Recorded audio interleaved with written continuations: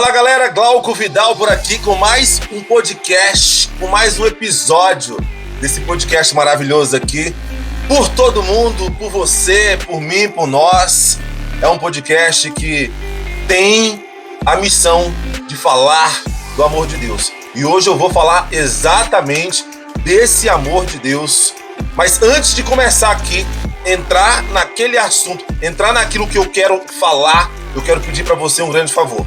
Como sempre, distribua esse podcast para as pessoas que você conhece, especialmente esse, porque eu tenho certeza que Deus vai falar muito com você e com as pessoas que escutarem, porque Deus ele vem falando comigo essa semana sobre esse assunto que eu quero falar aqui com vocês hoje. Então, não esquece de enviar o link desse podcast para as pessoas que você conhece, não esquece aí de nos seguir nas redes sociais. Olha só, a gente está no YouTube, a gente está no Spotify, a gente está no Instagram e a gente está no TikTok.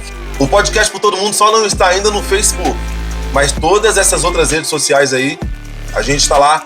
Então, procura seguir a gente aí, fazer aquele comentário. É muito importante quando você comenta, pessoal, porque a plataforma, o algoritmo da plataforma entende que está tendo interação. Então ela começa a distribuir o meu conteúdo para as pessoas que só você conhece. Tem gente que só você conhece que eu não conheço, mas como essas pessoas te seguem, a plataforma vai entender que este conteúdo é relevante para aquelas pessoas que te seguem também.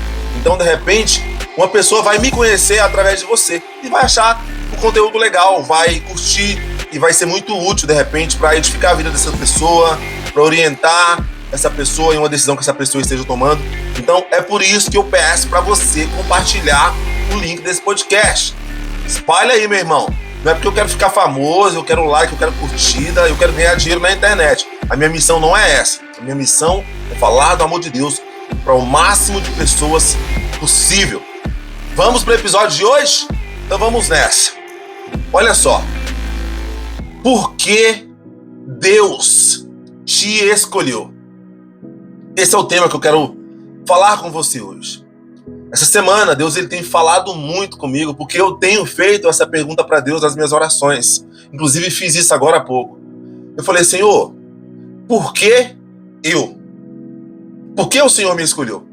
Você vai perceber que eu vou falar um pouco hoje da minha história de vida. E na minha cabeça, durante muitos anos, não fez sentido o fato de Deus ele ter me dado essa oportunidade e ter trabalhado de uma forma tão especial no meu coração. E quando eu falo no meu coração, não é no meu peito, é na minha mente. Deus ele trabalhou de uma forma muito maravilhosa e graciosa na minha mente. E por que os meus irmãos, por exemplo, o Emerson e o Gabriel, eles não foram alcançados da mesma forma que eu fui? O meu irmão, o Emerson, ele foi assassinado. Tem menos de 2 anos que eu perdi o meu irmão assassinado. Ele foi assassinado a facadas, próximo à casa onde ele morava. E eu estava aqui nos Estados Unidos, eu recebi essa notícia aqui e fiquei devastado. E aí, passou-se um tempo, o meu outro irmão Felipe, ele saiu da prisão, passou vários anos na prisão. Ele saiu da prisão, inclusive eu o ajudei, coloquei um advogado para tirá-lo da prisão, porque já havia passado o tempo de pena dele, só que o juiz não pegava o processo dele. E ali eu coloquei um advogado para poder acelerar o processo. E passou-se pouco tempo depois que meu irmão saiu da prisão, em regime domiciliar, ele acabou morrendo. E até hoje ninguém sabe como foi essa morte. Ninguém sabe se meu irmão teve um infarto, ninguém sabe se meu irmão foi envenenado, ninguém sabe se meu irmão foi assassinado. Ele simplesmente amanheceu morto. E o meu irmão Gabriel, ele está preso por um crime que ele cometeu. E dos 4 irmãos, os 3 irmãos, são 4 comigo, eu fui o único que tive esse encontro com Deus e tenho vivido esse chamado com Deus. O meu irmão Felipe, ele se tornou um pastor dentro da prisão, mas ele não teve a oportunidade de exercitar o cristianismo dele, mesmo eu sabendo que foi autêntico, porque ele passou muitos anos dentro da prisão sendo ali provado, tentado, e ele não desviou da fé, porque servir a Deus quando está tudo bem é muito fácil. Agora, servir a Deus quando tem gente dentro da prisão ali te ameaçando, te tentando, aí é que são elas. E ele provou que ele era um cristão, provou para mim, porque ele não precisava provar para ninguém, mas ele mostrou para mim que ele era um cristão quando ele permaneceu firme na fé. Inclusive, quando ele saiu da prisão, Deus revelou a ele um suicídio que estava prestes a acontecer na minha família, com uma das filhas da minha irmã. O meu irmão, ele era um homem de oração e ele teve essa visão, ele tinha essa sensibilidade espiritual. E o meu irmão, ele tinha sensibilidade e ele teve essa visão que tinha uma corda no forro do teto ali de onde a minha irmã morava. A minha sobrinha, uma das minhas sobrinhas, estava planejando se enforcar naquela corda. E o meu irmão, ele teve essa visão e ele subiu em cima de uma cadeira, tirou aquela corda e ele falou para minha irmã que Satanás estava pedindo a vida da minha sobrinha e que ele estava lutando com tudo para ter a alma da minha sobrinha. E ali foi um momento muito difícil, muito emocional. Minha sobrinha chorou muito, ficou ali abismada como é que ele descobriu aquilo, e a minha irmã também chorou muito, e meu irmão ali fez um momento ali onde ele pregou o evangelho, ele falou do amor de Deus para minha sobrinha e para minha irmã, e a minha irmã, ela acabou voltando para a igreja depois disso, e o meu irmão, ele morreu. Olha, eu até hoje não entendo porque eu fui escolhido por Deus para viver o que eu vivo hoje, para viver essa graça que eu vivo hoje. Eu não entendo a graça de Deus. Se a graça de Deus ela é lógica para você que está me ouvindo, ou se ela é lógica para qualquer pessoa nesse universo, para mim ela não é lógica. Não faz sentido.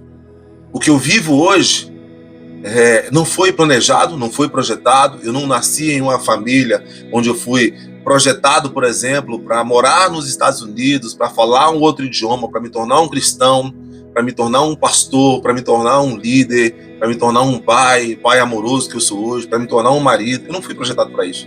Por quê? Porque eu cresci sem a referência de marido. Eu cresci sem a referência de pai. Eu perdi o meu pai assassinado quando eu tinha somente 12 anos de idade. O meu pai foi assassinado.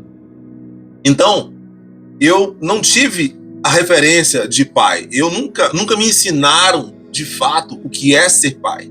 E eu tenho aprendido a ser pai, literalmente, com o amor de Deus e observando outros pais a serem pais. Eu não estou isento de erro. Às vezes eu dou umas broncas no meu filho mais forte, vejo que eu pego um pouco mais forte, eu já me retrato, vou lá, coloco ele no colo, faço um carinho, explico por que fiz aquilo, peço desculpa quando tem que pedir. Ele só tem 6 aninhos, mas sim, quando eu estou errado, quando eu excedo, eu reconheço e peço desculpa para o meu filho. E assim eu estou ensinando meu filho a ser um futuro pai, coisa que o meu pai não me ensinou. Eu cresci assistindo quase que todos os dias o meu pai espancar a minha mãe. A minha mãe também não era uma pessoa fácil no falar. É aquela pessoa que a gente chama de boca dura. Ela estava apanhando, mas estava ali falando, provocando, xingando, indo para cima. E o meu pai, ele espancava a minha mãe. Ficava eu abraçando meu pai, pedindo, pelo amor de Deus, pai, não faz isso com a mãe, não machuca a mãe, pelo amor de Deus, chorando desesperadamente, entrando na frente dele, abraçando a cintura dele, que eu era pequeno. E aí ele me jogava para o lado, eu vinha de por trás pela perna dele, abraçava a perna dele, pai, ele me chutava para trás, ia para cima da minha mãe. Enquanto isso, meu irmão também, ali, mais ou menos do mesmo tamanho que eu, fazendo a mesma coisa, abraçando ali a perna da minha mãe. Mãe, deixa ele, mãe, para com isso, pelo amor de Deus, ele vai te matar. E eu e meu irmão ali, os dois desesperados. Nós éramos os irmãos maiores ali, e a gente desesperado, pedindo para os nossos pais pararem com aquela confusão. Eu vi isso, gente, por muitos anos. Eu cresci durante muitos anos da minha vida vendo isso. 4 irmãos pequenos, menores, todos muito pequenininhos ainda, ficavam ali aglomerados juntos num canto ali, chorando. Imagine 6 crianças, todas chorando. ao mesmo tempo que a gente vivendo aquele inferno dentro de casa. Então, nosso sonho de criança não eram sonhos materiais. Nosso sonho de criança era ter paz. Era poder ver o meu pai se relacionando bem com a minha mãe, poder ver meu pai amando a minha mãe. E poder ver minha mãe respeitando o meu pai. Mas a gente cresceu em uma casa muito disfuncional. Uma casa muito atribulada. A violência, a agressão doméstica machucava muita gente, mas a pobreza também machucava a gente. A gente não chegou a passar fome ali, de ver o nosso estômago doendo, porque a gente era muito arteiro, a gente inventava muitas comidas, era farinha com açúcar, mingau de fubá, a gente pegava os pães, a gente ia para as padarias de manhã e pedia pão, eles davam aquele pacote, assim, aquele saco de nalho de pão duro, a gente levava aqueles pães para casa, e ali a gente fazia torrada, pegava aquele pão duro, colocava dentro do café, amolecia e comia, enquanto a minha mãe estava lá fora, trabalhando, passando roupa, para trazer o mínimo dos mínimos para casa. E o meu pai era usuário de maconha, viciado, era lavador de carro no estacionamento do Banco Central, e ele não roubava nada de ninguém, então ele trabalhava basicamente para sustentar o vício dele. Muito raramente ele trazia um pedaço de carne, ou um pacote de arroz, um pacote de açúcar para casa, mas geralmente o dinheiro dele não era para ajudar em casa, era para manter o vício dele. Inclusive, as piores épocas do meu pai, ele se transformava em um monstro, sabe, o Hulk. Ele literalmente tinha essa síndrome do Hulk, que explodia, aquele temperamento horrível, quando ele estava sem as drogas. E crescer em uma casa assim, pessoal, foi muito difícil. E eu jamais imaginava que eu iria me tornar o homem que eu sou hoje. Não tinha, na verdade, projetos, projeções para que eu me tornasse a pessoa que eu sou hoje. Porque eu não sei se você sabe, você projeta o seu filho. Talvez algumas coisas você não vai conseguir escolher, porque o seu filho ele tem uma personalidade, ele tem uns gostos. De repente você sonha que ele tem uma profissão, mas geralmente até na profissão o filho ele tende a imitar os pais. Então eu não tive isso, eu não fui projetado. Eu passei por muitas coisas junto com a minha família, que muitas vezes nas brigas dos meus pais, as brigas eram tão violentas, coisas em casa sendo quebradas, a gente não tinha praticamente nada, mas eu via minha mãe para se defender, tacava tudo que ela via pela frente, era copo, era prato, era panela, no meu pai, e aquela constante confusão, e os vizinhos não se envolviam, sabe, pessoal? As pessoas viam meu pai bater na minha mãe e ninguém fazia nada, e eu temia que meu pai fosse matar minha mãe qualquer dia. E eu lembro que algumas vezes eu ia lá no vizinho implorando o vizinho, pelo amor de Deus, ele vai matar minha mãe, ajuda a gente. E algumas vezes esse vizinho chamado Seu Manuel, ele veio, ele tirava o meu pai de cima da minha mãe. Ali meu pai já começava a brigar com ele, falando que ele estava dormindo com a minha mãe. E era um inferno. E aí a polícia vinha, levava meu pai, só que quando era à noite, meu pai já estava em casa de novo, era um inferno, retomava. Eu sempre fui um garoto extremamente apaixonado pelos estudos, eu sempre amei estudar. Só que o estudo, ele deixou de ter graça para mim, porque eu não sabia o que estava acontecendo na minha casa. Nem sempre a minha mãe passava roupa, nem sempre meu pai lavava carro. Então quando a gente saía de manhã para a escola e cria que eles iam sair depois da gente ali para trabalhar, mas às vezes eles não saíam. Eu ficava com medo, o que ele vai fazer com a minha mãe quando a gente não estiver aqui. Eu tinha essas conversas com o Emerson. Até que eu falei com o Emerson, a gente não pode estudar os dois de manhã, cara. Não pode. Um tem que estudar à tarde, outro tem que estudar de manhã. Porque ele vai acabar matando a mãe e a gente não vai estar aqui, cara, pra socorrer. E ele concordou comigo, a gente ali amolou minha mãe, insistiu com ela. Um de nós tinha que estudar à tarde. E ela conseguiu matricular o Emerson à tarde. Eu fiquei de manhã. Mas esse temor,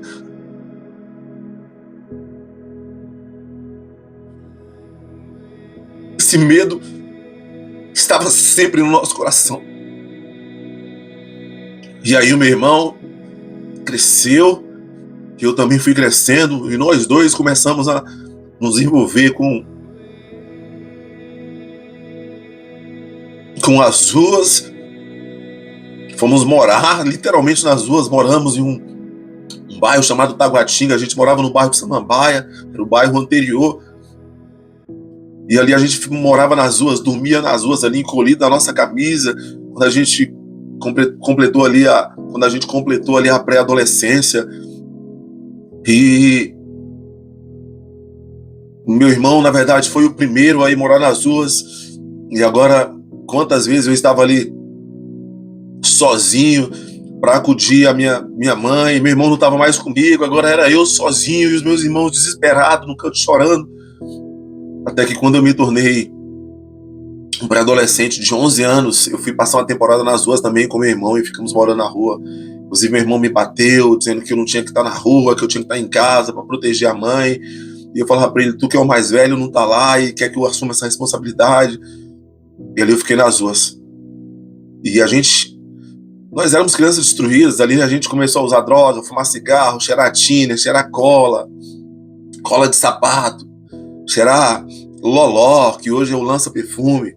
E dormíamos ali os dois jogados nas ruas com outros vários meninos de rua. E às vezes a polícia vinha e recolhia a gente para levar para um abrigo. E a gente fugia do abrigo. E especialmente na época de inverno, a polícia passava na rua recolhendo os meninos para não morrer de frio ali. A gente dormia literalmente ali no chão duro.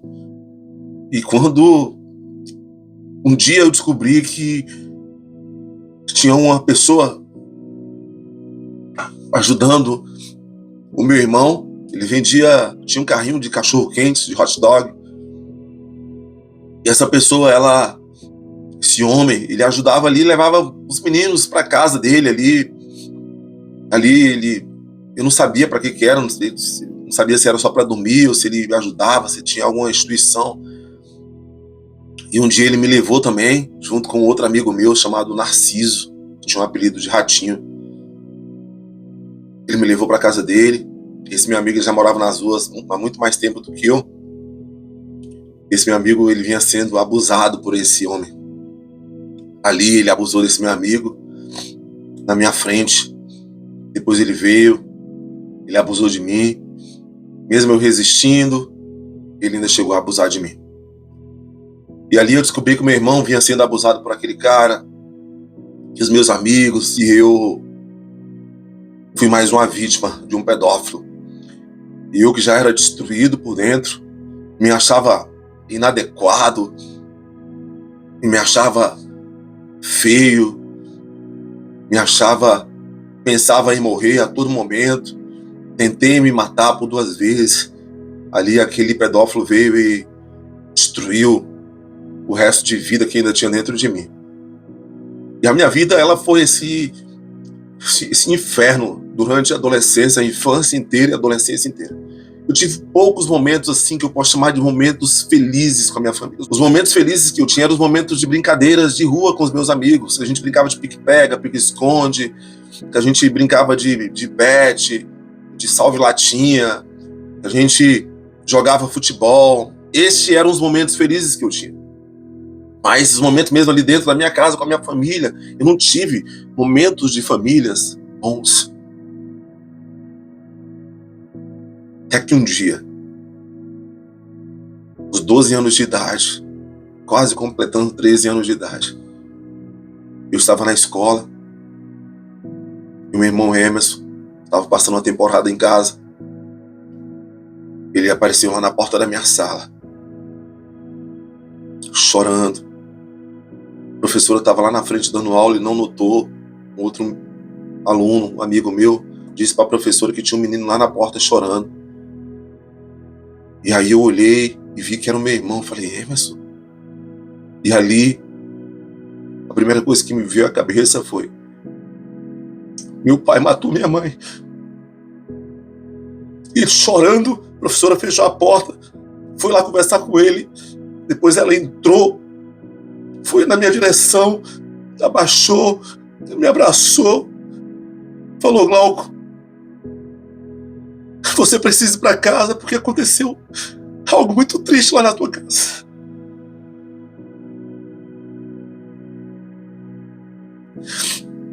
E quando eu saí daquela sala, desesperado ali, aflito, não sabia o que tinha acontecido, dava essa informação, a professora não me falou. Eu olhei para ele e falei, mas o que foi que aconteceu, cara? Ele olhou para mim e falou, Glauco, mataram o pai, cara. O corpo do pai tá lá de trás da rua, caído. E apesar da tragédia não ter sido com a minha mãe, aquela notícia do meu pai me abalou mais do que eu poderia imaginar que iria me abalar. E eu saí correndo. Eu saí correndo em direção à casa. E tinha uns policiais ali que eu ia... Tinha um postinho policial que eu era amigo dos policiais, porque às vezes eu ia pra lá assistir TV. E quando eu fui correndo desesperado, eles me viram, entraram na minha frente, me seguraram. Eu, Glauco, calma, cara, calma. E eu lutando com o policial, me larga, eu quero ver meu pai. E ali eu fui. Corri em direção ao corpo do meu pai. Quando eu vi aquele aglomerado de gente, aquela roda de gente em torno do corpo, mais ou menos a uns 100, 150 metros de distância, quando eu vi aquilo, eu desmaiei. Eu desmaiei, eu não consegui chegar até o corpo. E aí alguém veio, um amigo da minha mãe veio, eu não vi, me falaram, me levou para casa. E eu fiquei ali desacordado durante um monte de tempo. E quando eu acordei, aquele desespero, os meus irmãos chorando, um monte de gente na minha casa, e algumas pessoas preocupadas comigo, minha mãe chorando de um lado. E aquele inferno. E esse, finalmente, foi meu fundo de poço, pessoal. O fundo dos fundos dos fundos. E eu planejei, eu falei, Senhor, eu não aguento mais isso. Eu vou me matar. Eu planejei me matar. Mas antes de me matar, meu irmão veio a mim e ele falou, Glauco, nós temos que matar, encontrar quem matou o pai, nós temos que matar esse cara. A gente mexeu, descobriu quem foi, um rapaz que jogava bola com a gente planejou o crime, encontramos armas, um amigo nosso veio de carro, cada um com a arma. Eu tinha uma arma, uma garrucha que eu tinha achado no lixo. E ali, todos armados, drogados, chegou na noite do crime, eu coloquei no meu coração, eu vou matar esse cara, e depois eu vou me matar. E ali eu coloquei isso no meu coração. Esse era o plano que estava na minha mente. E eu, quando estava saindo de casa, peguei a arma debaixo do guarda-roupa. Os caras buzinaram o carro lá na porta. O Emerson chegou em mim, bateu no meu ombro e falou, tá na hora, mano. Peguei minha arma, o Emerson pegou a dele. O Emerson falou, mano, a gente vai matar todo mundo naquela casa, cara. Não é só ele, a gente vai matar todo mundo. Vai matar toda a família dele. E nós dois estávamos tomados pelo ódio. Eu estava saindo. Quando eu ia entrar naquele carro, o vizinho passou e falou, Glauco, Vamos para a igreja comigo hoje. Eu falei, ô Paulinho, hoje não vai dar não, porque tem um negócio importante ali para fazer. Ele falou, Glauco, você vai para a igreja comigo hoje. Nada é mais importante do que você ir para a igreja comigo hoje. Os teus 2 irmãos vão cantar comigo lá. Os 2 irmãos que ele falou eram filhos dele. E eu quero que você vá lá para vê-los cantar. Vamos para a igreja. O que você vai fazer agora pode esperar. Você vai primeiro comigo para a igreja. Eu falei, não dá, Paulinho, eu preciso ir fazer o que eu tenho que fazer. E ele insistiu comigo. E ali, depois que ele insistiu comigo, eu senti algo muito forte, uma força incontrolável dentro de mim, falando, não audivelmente, mas me impulsionando para desistir de entrar naquele carro. Eu tirei a arma da cintura, joguei no banco do carro e falou, não vou mais. E meu irmão falou, uai mano, como assim? Você tá doido, cara? Que isso? A gente tá planejando isso há um tempão, bora? Que isso? Pô, qual é, Paulinho? Meu irmão tá indo numa missão com a gente ali, tu tá chamando ele pra ir pra igreja? E aí ele falou, bora você também, rapaz, pra igreja comigo. E aí tinha um dos rapazes dentro do carro, desceu do carro, que tava dirigindo, o que ia dirigir. Desceu do carro, puxou a arma dele, olhou pra minha cara, bem dentro dos meus olhos, e perguntou se eu tava tirando ele de tempo. Qual é, parceiro? Quer dizer que você me chama pra ir vingar teu pai e agora tu tá indo pra igreja rezar? Você tá me tirando, meu irmão? Quer que eu te mate aqui? Eu falei pra ele, meu irmão, o maior favor que você pode me fazer agora é me matar. Bora, vai em frente, mata. E aí meu irmão entrou na frente, pegou assim no peito dele e falou, não, cara, não, deixa meu irmão. Meu irmão tá sofrendo pra caramba por causa do meu pai, deixa ele. E se ele não quer ir, bora só nós mesmos, bora lá matar aquele cara. E eu desisti de ir cometer aquele crime. E eu fui pra igreja com Paulinho e seus 2 filhinhos. E o meu irmão foi cometer o crime. Naquela noite ali na igreja, eu chorei muito. Porque algo muito forte começou a falar dentro de mim. E foi cantada uma música chamada Quero que valorize. Quero que valorize o que você tem. Você é um ser, você é alguém tão importante para Deus. Chega de ficar sofrendo angústia e dor desse seu complexo interior, dizendo às vezes que não é ninguém. Aquela música começou a falar comigo de uma forma muito forte. Deus começou a falar comigo porque era exatamente o que eu estava vivendo. Eu vivia dizendo que eu não era ninguém, eu tinha aquele complexo interior. Aquela música começou a falar comigo, eu desabei em prantos. E quando o pastor pregou ali, ele fez o apelo, quem queria aceitar Jesus, eu fui o primeiro a levantar minha mão, aceitei a Jesus. Passou alguns minutos, o meu irmão Gabriel, ele chega lá na igreja e fala que o meu irmão Emerson foi preso. E a mãe estava desesperada lá em casa e falou para eu voltar para casa. E eu olhei para ele e falei, Gabriel, eu não vou voltar, cara. Eu não posso fazer nada. Eu não vou voltar para casa. Se ele foi preso, ele tá vivo, ele tá bem. Fala para mim que eu não vou voltar. Eu vou ficar aqui na igreja. E assim eu fiz. Eu fiquei naquela igreja. Daquele dia em diante, Deus, ele começou um processo de transformação na minha vida. Um processo que durou muitos anos. Eu demorei muitos anos, pessoal, para me libertar de muitas coisas. Eu deixei todas as drogas, com exceção do cigarro. Eu larguei maconha, eu larguei tina, eu larguei cola, mas o cigarro eu não consegui deixar antes do primeiro ano naquela igreja. As minhas emoções, a mágoa por aquele cara que matou meu pai, ela só foi tirada de dentro de mim no segundo ano de igreja. Deus me falou, através das escrituras sagradas, literalmente, se o seu inimigo tiver fome, dá-lhe de comer, se o seu inimigo tiver sede, dá-lhe de beber.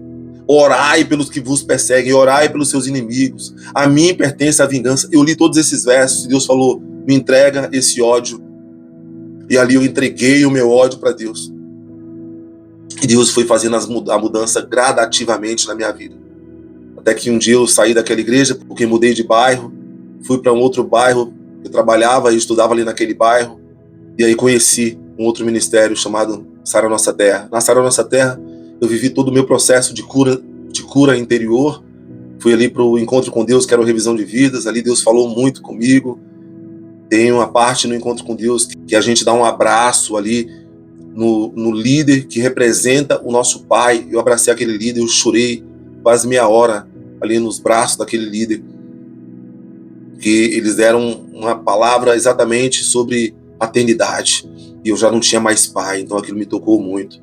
E ali a minha vida ela começou a ser transformada, e eu fui um rapaz radical com as drogas, com as más companhias, e eu parei, mas eu não consegui ter os meus sentimentos libertos, as minhas emoções lavadas no primeiro momento. Levou-se um tempo para eu me curar, levou-se um tempo para eu me libertar de algumas coisas. Eu cresci vendo meu pai ter aquele acesso de raiva sempre que ele brigava com a minha mãe. Eu desenvolvi esse acesso de raiva. Eu me tornei um rapaz raivoso, mesmo dentro da igreja. Raivoso, tá? Parece que eu estava sempre com ódio, estava sempre com raiva de alguém, chateado com alguém. Eu me exaltava muito rápido, o meu pavio era muito curto, as minhas emoções explodiam muito rápido. E isso trouxeram muitos problemas para os meus relacionamentos interpessoais e os meus relacionamentos também amorosos. Eu fui namorar pela primeira vez com 19 anos de idade, tive muito problema com a minha primeira namorada, porque era esse cara que brigava, que gritava por tudo. Então, vivi durante muitos anos essas coisas. Só que depois eu comecei a ter dificuldade para compreender a graça de Deus. E eu não entendia. Falava, Senhor, por que eu? Por que o Senhor me escolheu? Eu tinha um plano, eu tinha um projeto de me matar. E ali naquela igreja batista que eu me converti, era impressionante. Todo mundo que me via falava para mim, Glauco, você vai ser um grande homem, cara. Você vai ser um líder. Você ainda vai ajudar muitas pessoas. Só que eu não conseguia ver isso. A minha mente estava cauterizada. Minha mente ainda estava nos traumas de família que eu enfrentei quando eu era menor. Falei, meu pai, esse povo não sabe de onde eu vim, como eu poderia ser esse grande homem que eles estão falando? É impossível, gente, vocês não conhecem a minha história. Eu sou vítima de pedófilo. Eu fui abusado quando eu era criança. Eu cresci o meu pai batendo na minha mãe. Como é que eu posso me tornar essa pessoa que vocês estão me falando? A pessoa que me adotou, ela sempre falava pra mim, meu filho, você vai ser um grande homem. Na minha cabeça eu falava, cara, ela tá louca, como é que eu vou ser um grande homem? Não é impossível ser um grande homem. É impossível ser esse líder que as pessoas estão colocando expectativa em mim.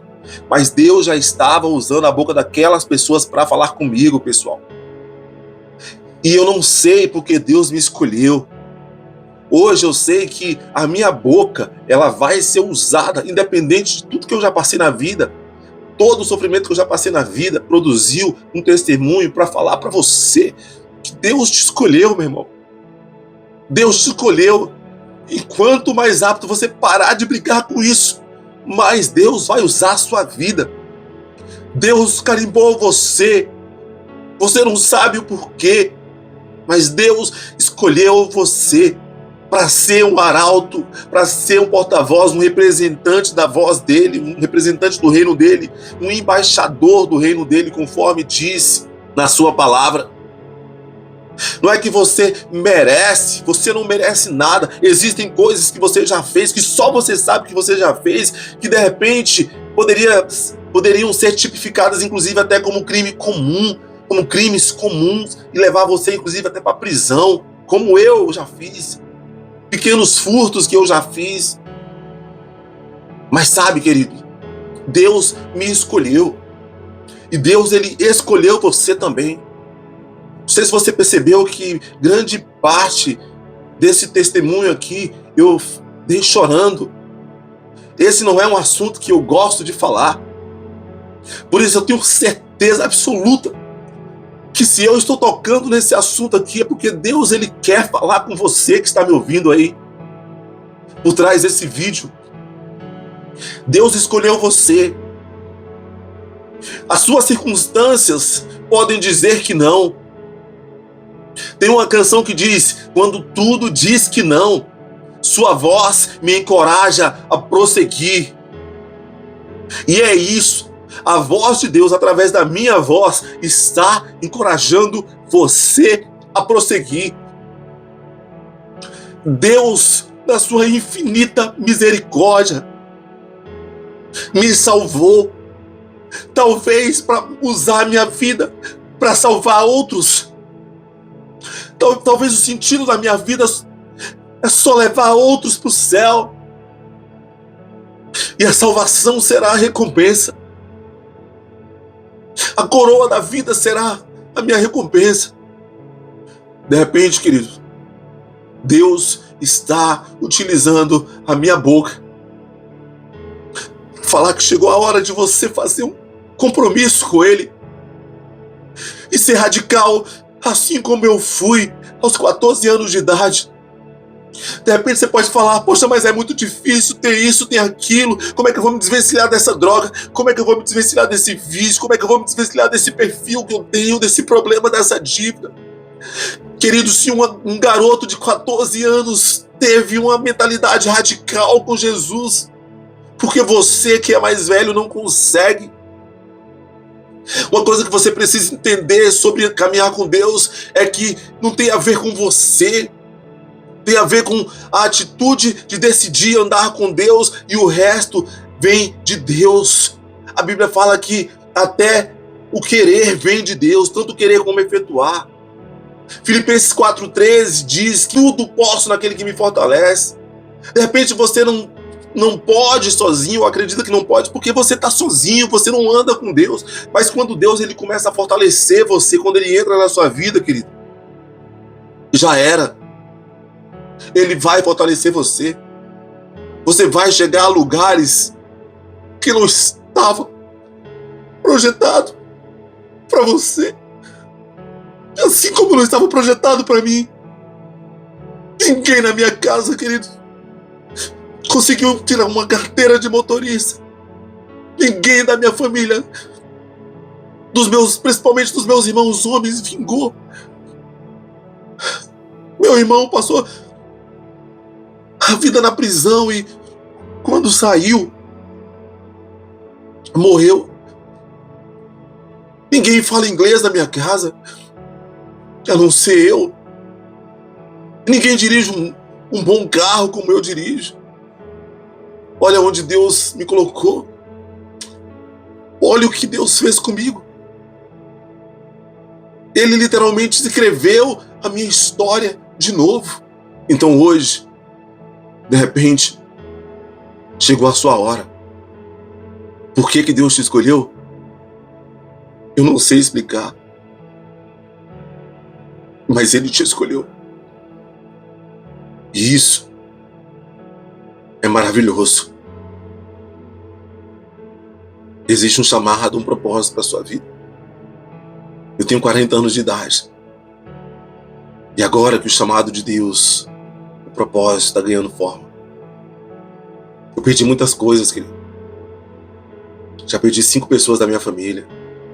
Perdi uma filhinha recém-nascida, minha primeira filha, minha mãe, meus 2 irmãos Emerson e Felipe.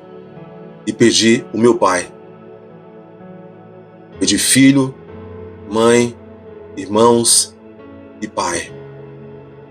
Para te dizer que aquilo que eu tenho hoje e aquilo que Deus tem reservado para mim nem se compara com aquilo que eu perdi.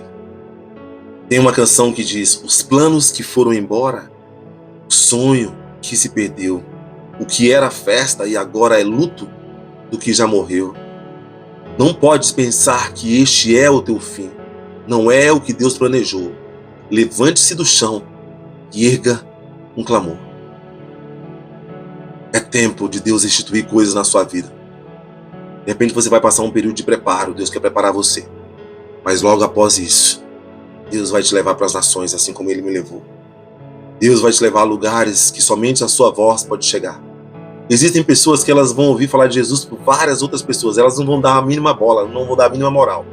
Mas quando Deus usar a sua boca, seu testemunho e falar, essas pessoas vão entregar o coração delas para Jesus. O Espírito Santo é quem convence do pecado, da justiça e do juízo. Mas Ele convence as pessoas do pecado, da justiça e do juízo usando outras pessoas e outros testemunhos. Por que Deus te escolheu? Eu não sei. Mas Ele sabe.